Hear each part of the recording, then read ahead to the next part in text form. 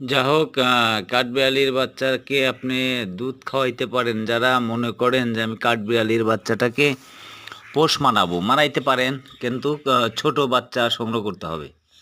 দেখেন আমি কত যত্ন সহকারে আমি বাচ্চাকে খাওয়াচ্ছি, কত যত্ন সহকারে। এগুলো চোখ ফুটেছে, ইনশাল্লাহ খুব ভালো হয়েছে বাচ্চাগুলো। আমার আগের বাচ্চাটা বড় হয়েছিল, পরে ওকে ছেড়ে দিয়েছি। এই দুটো বাচ্চা সংগ্রহ করলাম, তো নিয়ে আসলাম। নিয়ে আসার পরে আজ 17 দিন। তো যা হোক, মোটামুটিভাবে অনেকটাই চঞ্চলা। আপনারা যদি পোষ মানাইতে চান মানাইতে পারেন, কিন্তু বাচ্চা সংগ্রহ করতে হবে। বাচ্চা সংগ্রহ করলে আপনারা পোষ মানাইতে পারবেন। তো বন্ধুরা, ভিডিওটা ভালো লাগলে অবশ্যই সাথে থাকবেন।